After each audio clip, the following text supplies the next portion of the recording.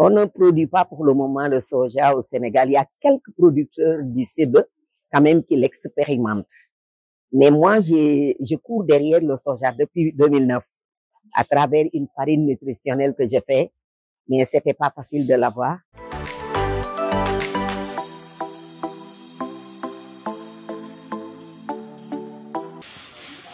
Les petits grains dorés manipulés ici, c'est le soja, un oléagineux riche en protéines, en vitamines, en fer, en calcium ou encore en magnésium.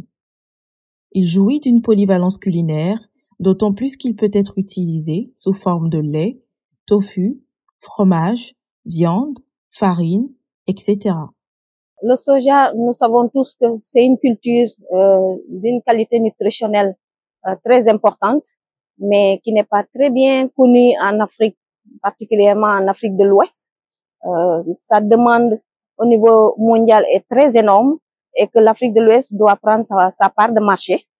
C'est dans ce cadre qu'on a pensé vraiment développer cette filière parce qu'elle est d'abord résiliente, très adaptée aux conditions climatiques, de par sa fonction de fixatrice d'azote.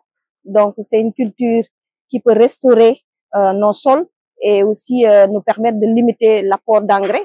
Mais aussi, c'est une culture qui est très nutritionnelle.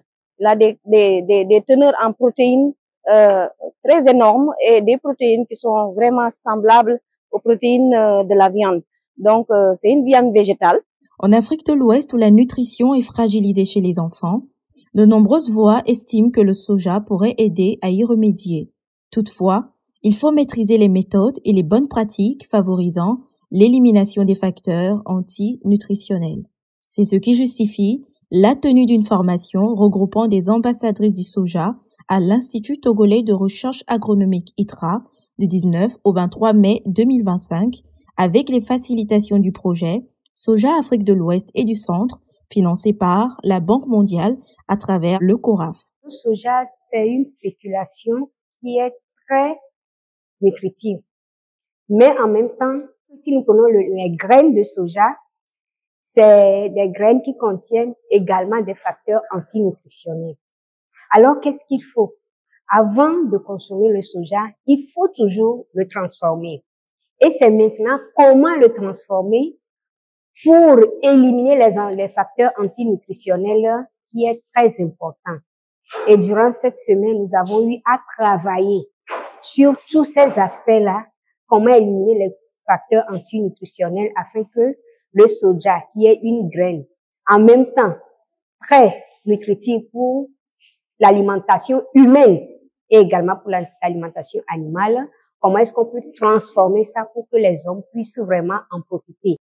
Les participantes venues du Sénégal, du Tchad et du Togo ont été très bien outillées par les chercheurs agroalimentaires de l'ITRA pour obtenir à partir du soja le lait, le tofu, le fromage, la viande, le couscous ou encore la farine panifiable valorisable dans les produits de la pâtisserie. Et la formation au Togo m'a beaucoup impressionnée. J'ai beaucoup appris, beaucoup de recettes à base de soja que je compte reprendre une fois au Sénégal à la cuisine expérimentale pour pouvoir en faire bénéficier à la population.